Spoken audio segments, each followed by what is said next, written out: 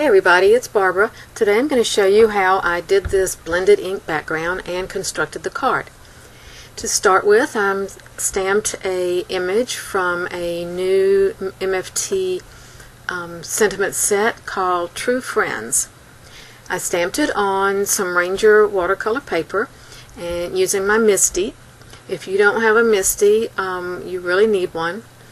It is fabulous for backgrounds for one thing, but for sentiments you can get them lined up and you can stamp them more than once if you didn't get a good image the first time, which is what I'm going to do with this because I'm going to be using some Versamark and clear embossing this sentiment, so I want to make sure I've got really good coverage with my Versamark. So the really great thing about the Misty here is that I can stamp it once and then ink up my stamp and stamp it again, and it will be in exactly the same place. Something you cannot do by hand, as you all know. So I'm inking it up the second time. I'm going to stamp it and then remove my magnets. If you do get one of these things, these magnets are super strong, so just be careful with them. You can actually hurt yourself. But anyway, I would like for you to be able to see where I've stamped it, but you can't. So now I'm going to heat emboss it with some clear detail embossing powder. I'm going to sprinkle it on one half first and then get the other side. And then I'm going to take it off camera to heat emboss it. And I'll be right back.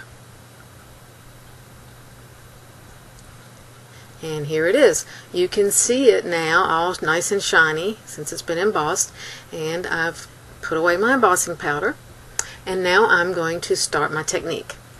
I'm using MFT premium dye inks in Blueberry, Tropical Teal, and Lush Lagoon, all on the cool side. I find that for me anyway, if I keep all my colors either cool or warm, they don't get muddy. So I'm just smushing one at a time onto my craft sheet, and then I'm going to spritz it with just some clean water, and then I'm going to take my watercolor paper on my stamped side and just drag it through the ink. My goal will be to cover the whole thing, and I'm going to add a little bit more water so that for one thing it will thin it, because you want lighter and darker areas, and for another so that it would finish. So I got it a little really wet, which is good actually, because as I said, it will thin the ink out so it won't be as dark as if it was full strength. So I blotted a little bit off, and now I'm going to take it off camera to dry it with my heat tool. And there you go. You can see all the colors. They blend really nice. It's sort of a marbleized look. And now I'm using just my damp cloth to clean the ink off of the embossed area so that it is nice and bright white. As you can see, it's a little warped, as watercolor paper will do, but I can fix that. I thought at first that I may have a little stray embossing powder, but I think it's just where I had some tiny bubbles in my ink and it just didn't get to the paper. So I am going to use a layer of Ranger silver foil cardstock, and then my base is Sweet Tooth cardstock from MFT. So I'm going to tape it down now and put in some extra tape runner in the center of this because it is a little warped. And when I apply it to my silver cardstock, that will help to flatten it out. And also, I'm going to pop it up on foam onto my card base, and that will also flatten it out. It'll be perfectly flat by the time that's all done.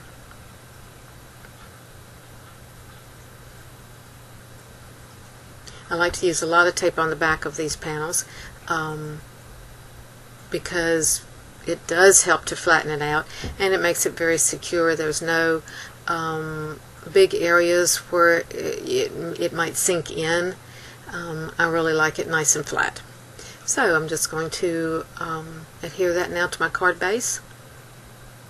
and except for my embellishments, it's done.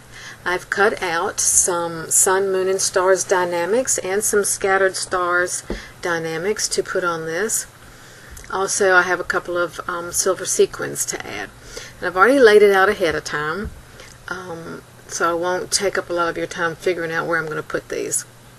So first of all, I'm just going to go ahead and put them on the card the way I have it diagrammed. I actually have started doing this and then taking a picture with my phone, so it's real handy to look back at. So after I get them in place, I am going to use my Quickie Glue Pen to adhere them to the card front. I will have everything linked in my blog post, which will be linked in the description of this video.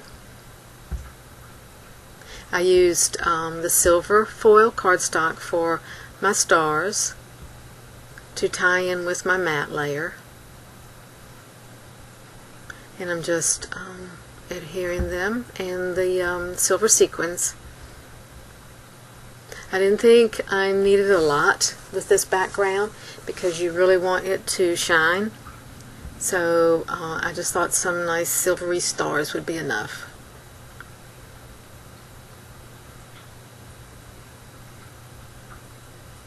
Sometimes they want to turn over.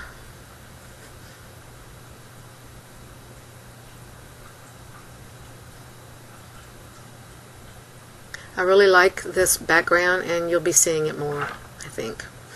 It's fun to do. You don't have as much control over it as you do with like a watercolor wash, but you can get some really interesting effects with it. For the inside, I'm going to add another sentiment from True Friends that I've stamped with blueberry dye ink, and I'm just going to adhere that on the inside. I love to finish off my cards on the inside. I just think that's just an extra nice touch. And there you have it.